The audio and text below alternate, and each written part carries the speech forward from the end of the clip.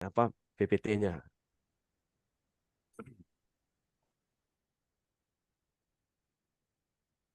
Oke, sudah tampil? Udah nampak saya punya PPT? Sudah, Pak. Oke. Ya, Jadi sudah Pak. sebenarnya ini kan dasar ini ya sudah kita pelajari di S1. Cuman kan kita ulang lagi sedikit dulu lah supaya Ya. kita bisa apa namanya merecall kembali alam bawah sadar kita yang sudah masuk di alam bawah sadar ini kan. Nah, jadi metode Gaussian. Tadi saya bilang bahwa metodenya ada 3, bedanya nanti di mana itu adalah di teknik komputasinya saja ya. Jadi untuk metode load flow menggunakan Gaussian itu konsepnya itu dibangun dari dengan apa namanya static load flow equation. Jadi kita ingat hukum Kirchhoff kan? Jadi itu dasarnya sama semua nanti dari hukum Kirchhoff ya, bahwa arus yang masuk pada sebuah node dalam kita nanti adalah bus ya, bus itu sama dengan nanti arus yang keluar dari situ. Ya. Itu konsep anunya, konsep berpikirnya untuk menghitung ya. Jadi load flow yang benar, yang bagus itu adalah nanti daya yang masuk di sini, daya atau arus yang masuk itu sama dengan nanti yang keluar dari cabangnya itu, dari bus itu. Nah, kalau tidak sama itu berarti load flow-nya apa namanya enggak benar. Makanya di load flow itu ada namanya power mismatch. Power mismatch artinya ketidaksamaan daya antara yang masuk dan keluar. Itu sebuah indikator nanti bahwa load flow itu sudah bagus atau tidak. Semakin kecil dia 0,000000 sekian kan, itu makin bagus tuh. Artinya sudah didapat pola bahwa daya yang masuk dan keluar itu sudah sama. Oke, nah inilah rumusnya bahwa arus II atau arus yang masuk pada bus I ya itu sama dengan YI0 kalau dia terhubung ke tanah ada ya. Jadi ada impedansi ke tanah ya, admitansi sorry, Y ini kan simbolnya admitansi ya. Ke tanah ada yang sesuatu yang terhubung ke tanah ya, itu adalah disimbolkan dengan ada variabel 0 ya. Misalkan ada pentanahan di situ ya. Itu berarti ada hubungan dengan tanah. Tambah, jadi ada arus yang mengalir ke sini, ke tanah ini. Kemudian ditambah dengan semua konduktor yang terhubung ke bus itu. Nah, misalkan ini ada konduktor 1 katakanlah ya, ke bus 1. Jadi ada I1 ya. Ada dengan bus 2. Nah, ini ada konduktornya juga. Kita simbolkan dengan Y yang menghubungkan antara bus I dengan bus 2. Oke?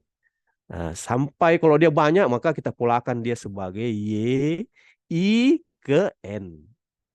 Ya, jadi pola matematikanya seperti ini. Besarnya II itu adalah total perkalian antara tegangan dikali dengan admitansi. Jadi kita pahamkan rumusnya kenapa ini adalah arus. Ya, di sini adalah maksudnya kenapa nilai ini adalah arus. Ini arus. Arus ini semua ini ya. Karena kalau kita lihat rumusnya kan I itu sama dengan apa rumusnya? Per Z, Pak. V per Z. Mantap. Ya, oke. Ada bola lain lagi? P kali Y. Kalau saya apa bro? P kali Y. I sama dengan ini seperset kan bisa kita modelkan dia sebagai Y, makanya muncul di sini Y. Dikali V. Oke? Jadi di sini adalah delta V. Selisih antara tegangan di sini dengan tegangan di sini. Yang ini dengan ini. Jadi kalau yang di sini, arus yang lewat di sini, itu adalah admitansinya ini, dikali dengan selisihnya ini. Selisih antara V dikurang V1. Begini juga di sini. Nah, ininya dikali ininya. Oke, tangkap ini. Bisa ditangkap. Oke, Pak. Nah, sehingga kalau kita modelkan secara matematika lagi, dituliskan secara matematika, rumusnya begini. Kita kumpul yang apa? Kalau ini kan dikali masuk nih. Dikali masuk toh? Iya, Pak. Ya, dikali masuk. Jadi nanti polanya kita dapat seperti begini.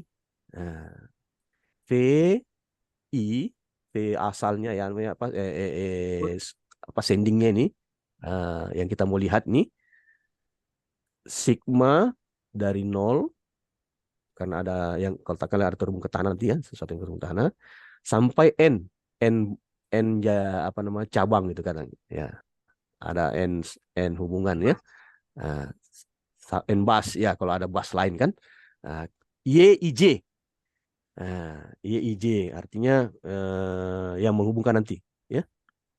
Jadi kalau di sini berhenti di 4 bas saja nanti Y14 katakan ini bas 1 ini 2 sorry 1 2 3 4 nanti 4 ya. Nah, nanti berhenti di VI 4. Oke? Nah, jadi VI1 tambah VI2 VI3 seterusnya ya sampai 4 kan? Kalau N-nya ada 4 ya. Nah, begini juga dikurangi dengan yang sisi dari sini lagi. YIJ VJ. Ya. Oke? Oke, Pak. jadi satu ini disederhanakan menjadi beginilah bahasa matematikanya ya. Iya, Pak. Oke? Ya. Oke, Pak. Ah, Oke, next kita lanjut. Tapi Pak, boleh Nah, saya maaf silakan, Pak, silakan Pak. maaf ini hanya pemahaman saya. Ya, Yang tadi teriterasi itu yang 0 sampai 4 itu I-nya atau J-nya ya Pak? apa itu? Yang Yang? 1 sampai N ini itu Heeh. J atau I ya? I-nya tetap satu tuh. Oh iya Pak. AI itu kan yang kita mau lihat gitu kan? Tegangan Oh iya. yang sumber apa? Yang kita mau lihat tuh. Iya Nah, Pak, iya. yang J-nya itu tuh yang berubah-berubah yang mulai dari Oh. satu mulai dari nol sorry dari nol ya dari nol satu dua seterusnya sampai n. Iya. Jadi yang berubah-berubah itu adalah J J. ya ya Hmm. oke. Iya Pak. Siap, siap. Next. Setelah itu barulah kita masuk ke uh, persamaan ini persamaan 3 S sama dengan P plus JQ atau bisa juga VI dikali I I konjugat. konjugat. Artinya begini, daya yang ada di sini, daya yang masuk ke sini, ya di bas ini, SI ini, itu adalah bisa kita tuliskan dia VI dikali dengan arus yang masuk ini, konjugatnya. Nah, ini dia. Apa ini konjugat? Mesti kita ingat rumusnya apa konjugat? Kenapa harus ada konjugat di sini? ini anu nih apa namanya rangkaian listrik kan jadi kalau konjugat itu sudutnya nanti berlawanan Ya, berlawanan. Oh, ya dikonjugatkan kan dilawan jadi kalau katakan tadinya sudutnya sekian 30 derajat maka nanti dari minus 30 kan nah, oke ini rumusnya kemudian tadi I ini yang kita dapat di persamaan 2 ini itu kita tinggal masukkan nih ini kita rubah dia dapatlah persamaan ini I konjugat ini kita ganti tadi ya, kita dapat begini. Kemudian ini bisa kita rubah lagi menjadi begini. I adalah uh, P kurang JQ per V konjugat. Nah, jadi ada banyak model matematikanya ini ya. Untuk menentukan arus itu ada banyak persamaan-persamaannya ya. Yang jelas Anda pahamin bagaimana korelasi apa namanya? 1 2 3 4 persamaan ini kan. Nah, kemudian di persamaan 5 ini antara persamaan 4 dengan persamaan 2 ini itu kita substitusi, didapat lagi persamaan ini. Nah, jadi inilah matematika ini ya dia. terlalu banyak anu kan. Jadi kalau kita tidak suka matematika, waduh. Apa ya, menjelaskan itu agak anu kalau kita tidak paham matematika memang dia. Nah, jadi ada runutan-runutannya ya, ada tahapan-tahapannya, kemudian digabunglah akhirnya kita dapatlah persamaan 5 ini.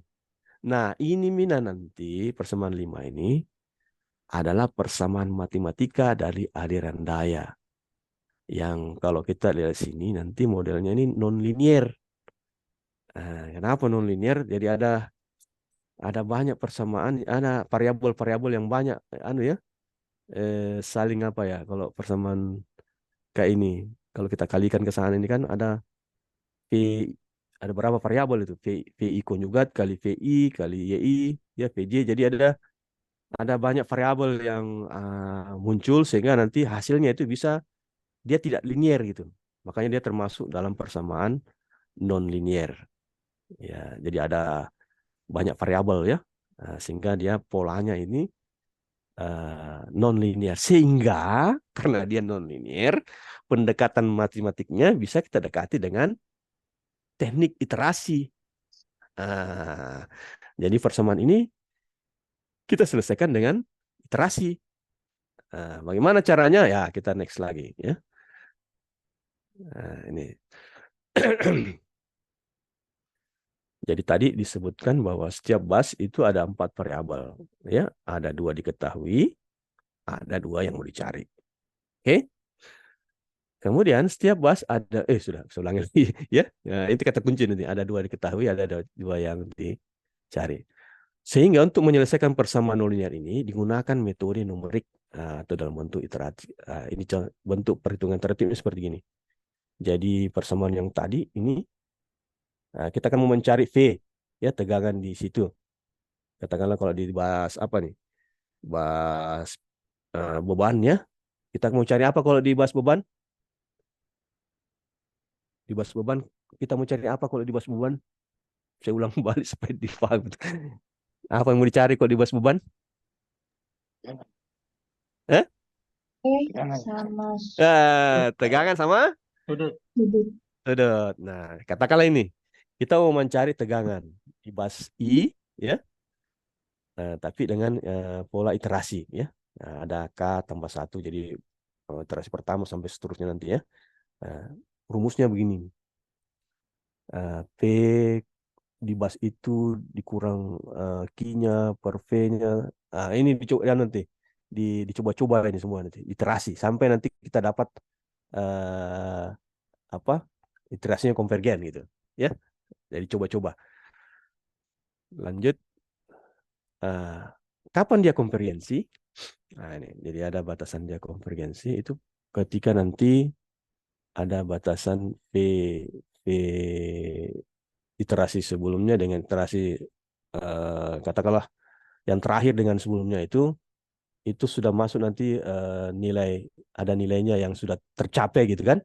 Nah, maka dia akan berhenti. Katakanlah selisihnya itu 0,001 misalkan ya. Ya, maka ketika tercapai ini tegangan iterasi sebelumnya dengan terakhir ya, itu sudah dekat sekali begini angkanya, maka dia berhenti. Artinya sudah itu nih hasilnya.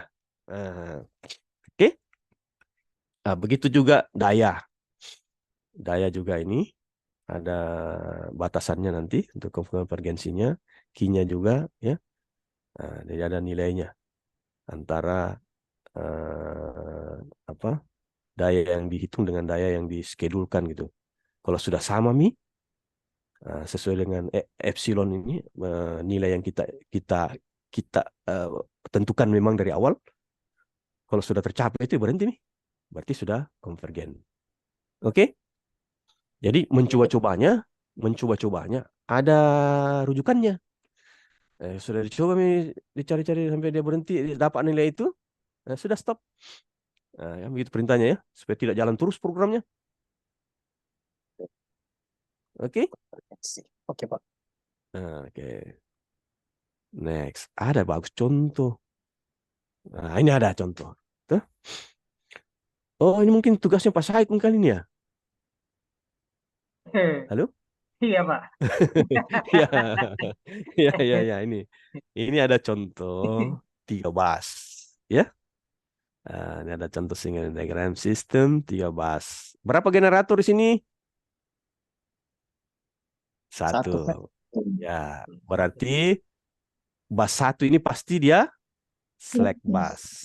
Ya, pasti slack ya. Slack bus. Kemudian berapa bus? Ada bus generator?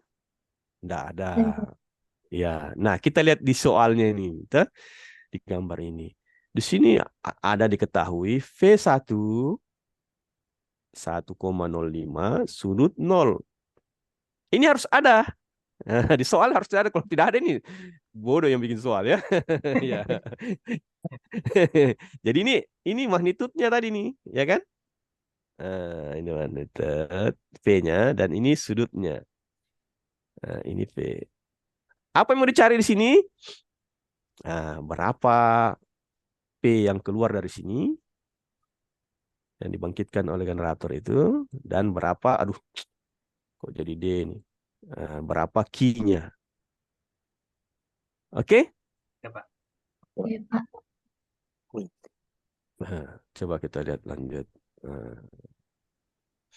Di soalnya magnitud tegangan, oke, berada pada beban berada pada 2 dan 3.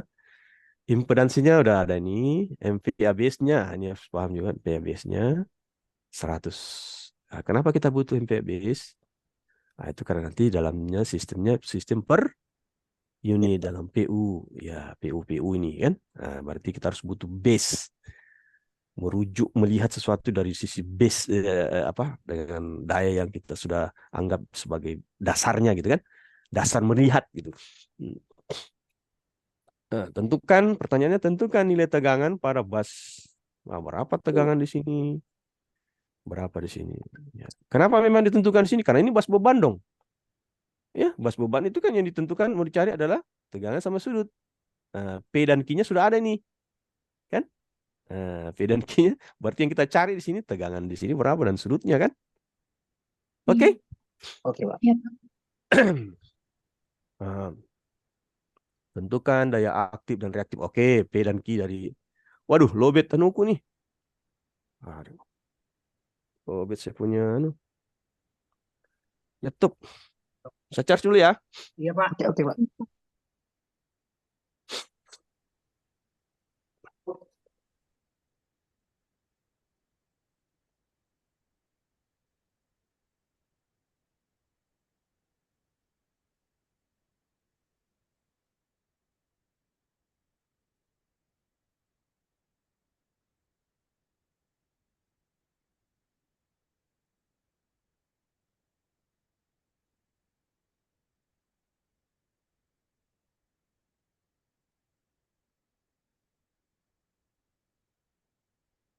Oke. Sudah terang ya. Gelap tadi nih, Oke, Pak. lobet. Sudah, Pak. Sudah, Pak. Oke. Sampai di sini ada yang kira-kira yang mau didiskusikan supaya lebih paham lagi. Supaya suatu ada yang mengganjal belum terlalu dipahami. Sebelum kita lanjut. Ada? Jadi Ini, sorry Pak, ya silakan. Pak Indra. Ya. Ini kalau misalnya soalnya ini kan ada daya aktif dan daya reaktif. Nah, Ya. di soal nanti itu ada apa memungkinkan cuma daya aktif dengan power factor saja yang datanya untuk perhitungan, Pak ya? Halo? Atau, Ya. sorry Pak, Oke. ini kan soalnya clear saya lihat ada MW, aktif dan VAR ya, reaktif. Kalau Betul. misalnya ada soal MW-nya dengan power faktornya saja yang muncul itu tetap bisa kita hitung, Pak. Bisa, Pak. Jadi caranya itu tinggal kita menghubungkan bagaimana hubungan, katakanlah yang diketahui daya aktif saja ya. Daya aktif. Ya. Daya aktif. Ini saya nulisnya nih pakai nih apa? Mouse jadi agak-agak ini. P-nya katakanlah itu sekian 256,6 MW ya. Terus datanya ndak ada V, ndak ada Q-nya kan? Ini ndak ada. Tapi kita cuma dapat cos P ya. Cos P. Nah, sekian lah katakanlah 0,85 ya. Nah, gimana nih? Bisa nggak kita lakukan load flow? Bisa.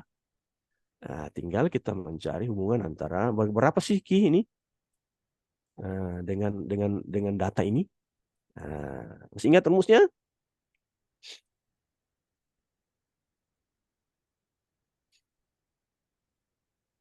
Halo? Ya, Pak. Bagaimana rumusnya? Kalau P itu kan sama dengan PI cos P. Ya, tuh?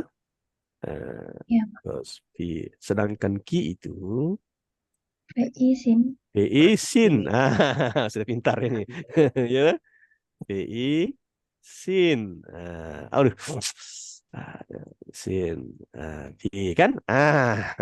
Oke. Nah, dari ini kita kan sudah dapat nih dengan data ini ada, data ini kan kita dapat nih. Tuh? Dapat ini ya. Iya, Katakanlah Oke, di Pak, ya. ya. Nah, data ini kita masukkan ke sini dong. Oke. iya. Oke, kan dia tetap. Nah, ini sekarang tinggal kita carilah arcus cosnya ini. Sudah dapat sinnya kan? Oke. Oke, Ini Pak. dapat lagi. Oke. Bisa, Pak? Bisa, Pak. Oke, oke, Pak. Ya.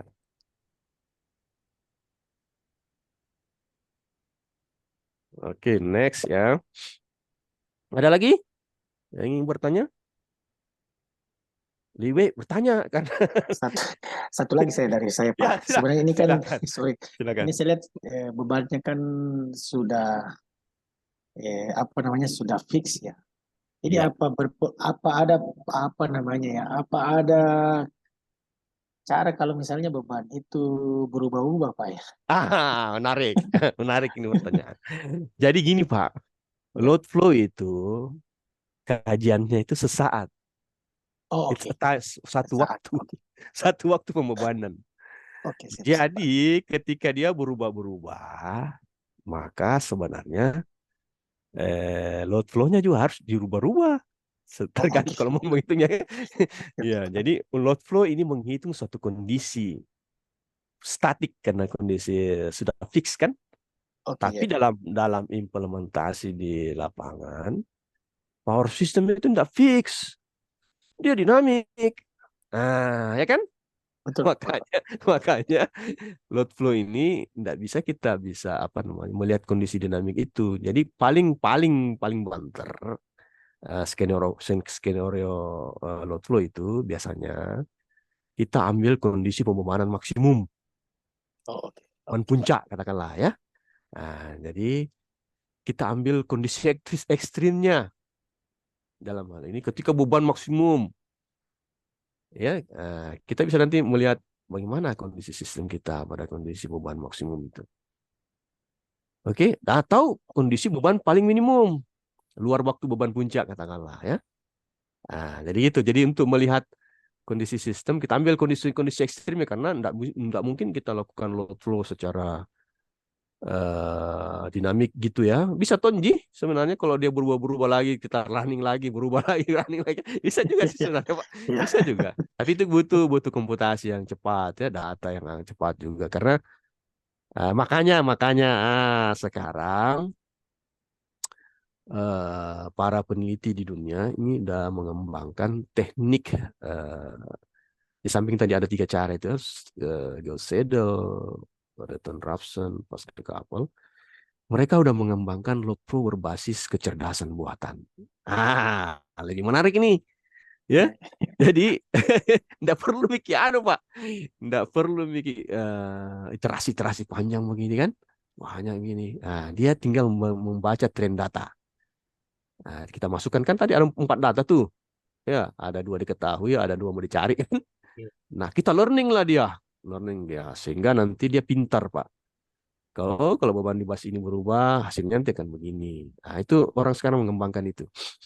Sehingga cocok nanti dipakai untuk real time monitoring ya. Jadi peluang ini untuk mengembangkan AI load flow dengan menggunakan AI. Saya sudah buat sama ada S2 saya kemarin, dia menggunakan ELM ya. Nanti bisa menggunakan apa lagi lah. Menggunakan AI yang lain. Nah, peluang nih ya. Siapa tuh ada momen tertarik di sini? Dengan kecerdasan buatan, ya. Jadi kita tinggal ambil 4 data tadi itu, kita learning, ya. Tapi memang harus datanya banyak, karena kalau AI-nya datanya kecil sedikit, ada nggak pintar dia, ya. Jadi ke tingkat akurasi dari AI itu sangat-sangat tergantung oleh jumlah data yang di training, ya. Oke, masih ada lagi? Ada? Pak Said, Pak Bu Anu, Bu Nisa? Sementara saya belum, Pak. Ini Oke, juga ada cukup. oke, lanjut. Kalau gitu. Ini solusinya, ya. Jadi kita menghitung tegangan bas. Langkah pertama, ubah nilai impedansi line transmisi menjadi admitansi. Ya, seperti tadi, ya. Jadi ini kan masih set, ya. Halo, ini masih Ya, set. Pak. Jadi ada R dengan X, JX kan. Kita rubah dia menjadi admitansi atau Y. Ya, oke, sudah paham ini kan? Ini kan gimana nih silang ininya ini. J-nya di bawah, ya tinggal dikali dengan lawannya kan. Oke, dapatlah sekian. Sekian, sekian, sekian. Oke, semua admitansi tadi, impedansi tadi, sorry, kita rubah menjadi admitansi. Oke, kemudian ini ada namanya admitansi sendiri, ya. Jadi Y11 itu rumusnya Y12 tambah Y13. Y22, Y12 tambah 23, sorry. Y33, Y13 tambah Y23. Apa ini maksudnya? Apa ini maksudnya nih Y11? Halo? Iya, Pak. Yes, satu. Apa maksudnya nih Y11? Ada tiba-tiba muncul Y11 di sini. Admitasi Kira-kira diri, apa Pak. ini? Sendiri artinya semua admitansi yang terhubung ke bas 1, ya. Ada 2 di sini, ini dan ini. Dijumlah nih, Y12 dengan Y13. Kalau yang terhubung ke bas 3, Y33 berarti ini dengan ini. Yang terhubung ke bas 2, ini dan ini. Itulah Y22, ini Y33, Y11. Oke? Nah, oke, jadi anu dulu di di anu masukkan dulu di tahapannya ini loh, tahapan-tahapan. Jadi tahapannya kalau kita dapat begini, set otomatis langsung rubah jadi Y. Iya. Oke?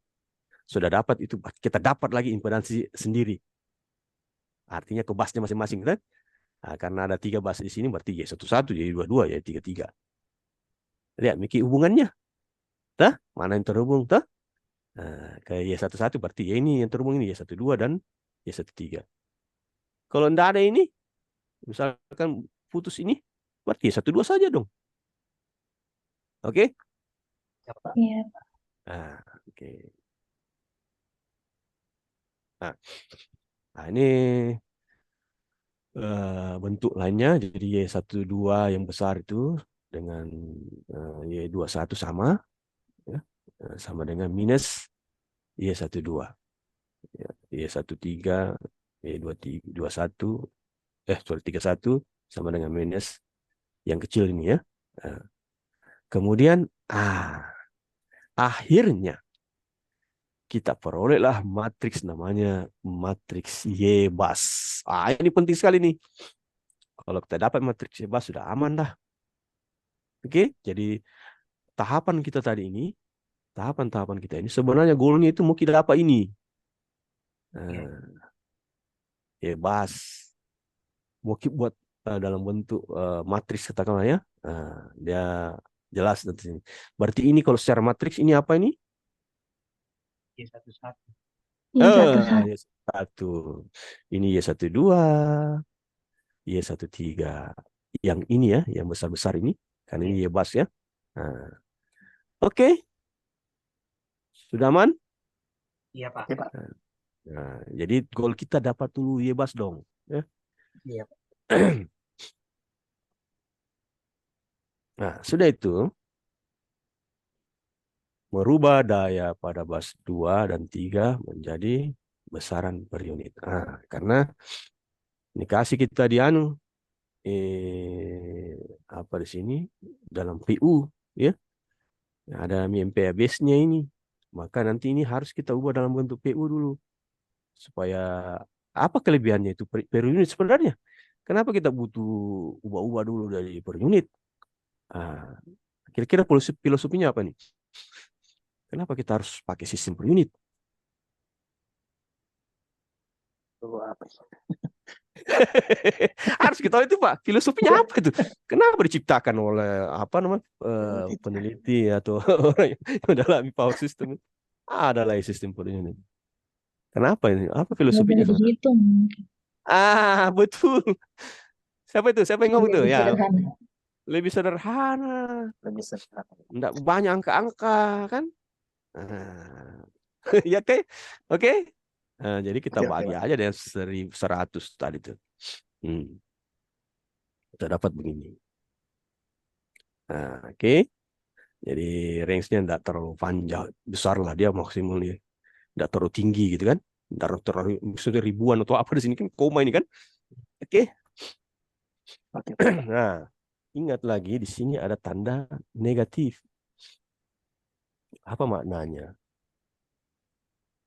Apa maknanya? Kenapa harus ada tanda negatif ini? Tandanya itu bahwa kalau tanda negatif itu artinya bahwa daya itu keluar dari bus. Ya, kalau dia masuk dia positif. Jadi ada kembali ke sini. Ada acuan melihat membedakan nanti. Tuh? Kalau dia positif berarti dia masuk nih ke bus ini. Masuk, arah-arah masuk. Kalau dia nanti negatif, dia keluar tuh dari bus ini. Oke? Jadi tanda plus minus itu tanda arah. Arah daya itu mengalir. Apakah ke masuk bus atau keluar bus. Nah, tanda minus di sini keluar bus. Kenapa? Karena kita lihat di sini. Ini kan keluar nih. Oke. Keluar tuh dari bus 2 tuh. Oke. Ya, keluar, Pak. Ini keluar dari bus 3 juga kan. Oke. Nah, jadi ada tanda negatif. Ini perlu diperhatikan juga itu ya. Sudah paham? Sampai sini sampai paham. Paham nggak nih? Oke, Pak, sudah paham. Hah? Ya, sudah paham, Pak, sudah paham. Oke, alhamdulillah. Nah, sekarang untuk menghitung tegangan, lanjut langkah yang selanjutnya. Kita sudah rubah per unit. Tuh. Setiap beban itu kita rubah dalam per unit. Kemudian untuk menghitung tegangan pada bus 2 dan 3, maka dibutuhkan inisial tegangan. Ini masuk teknik iterasi itu. Jadi untuk menghitung sesuatu, kita butuh acuan dulu, nilai awal gitu loh. Sebagai apa ya? Pernah belajar apa ini? Ya, analisa numerik yang mencari sebuah nilai, kita harus butuh sudut pandang lain tuh. Nilai acuan. Makanya kalau di sini kita butuh nilai awal, inisial tegangan untuk dalam proses komutasi. Kita ambillah tegangan biasanya itu 1 sudut 0. Ya, jadi kita ambil bahwa tegangan di bus 2 itu, kan kita mau cari nih tegangan di sini kan. Di bus 2 ini berapa? Ya, ini berapa. Nah, untuk pencarian awal, kita inisial awalnya tegangan di sini adalah 1 sudut 0. Di sini juga 1 sudut 0. Oke? Oke, Pak. Inilah dia. Ini simbolnya 0. Jadi kondisi awal.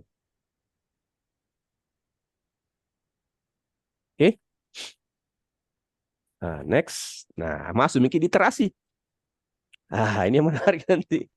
Menentukan tegangan di P2 dan P3. Masuk iterasi pertama. Ya, iterasi pertama. Rumusnya kan ini. Ini rumusnya ini kan. Dari mana tadi rumusnya itu? Ini. Rumusnya ini. Kita lihat di sini kembali diulang rumusnya. Maka kita lihat di sini. Untuk iterasi pertama dari bus 2 dengan bus 2 sama dengan Y seper Y KK. Berarti di sini K-nya 2 ya.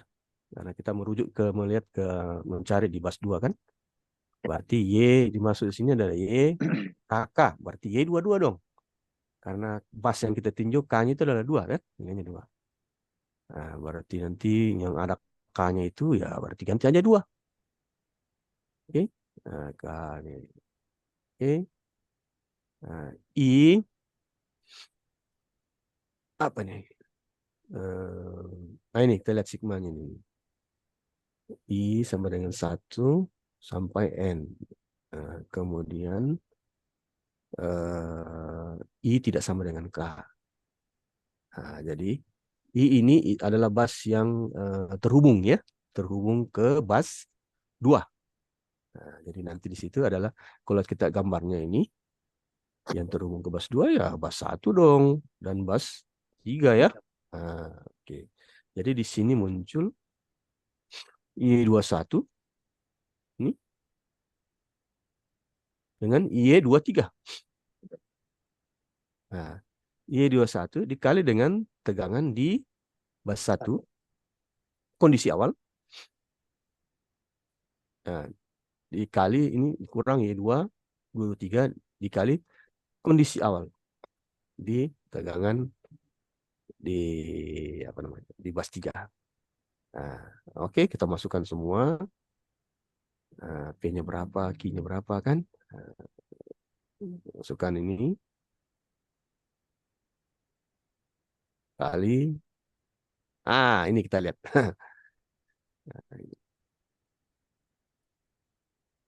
P10 ini kan tegangan apa ini? Slack ya? Slack, betul Pak. Slack.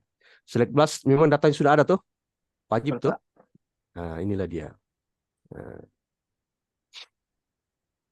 oke. Nah, ini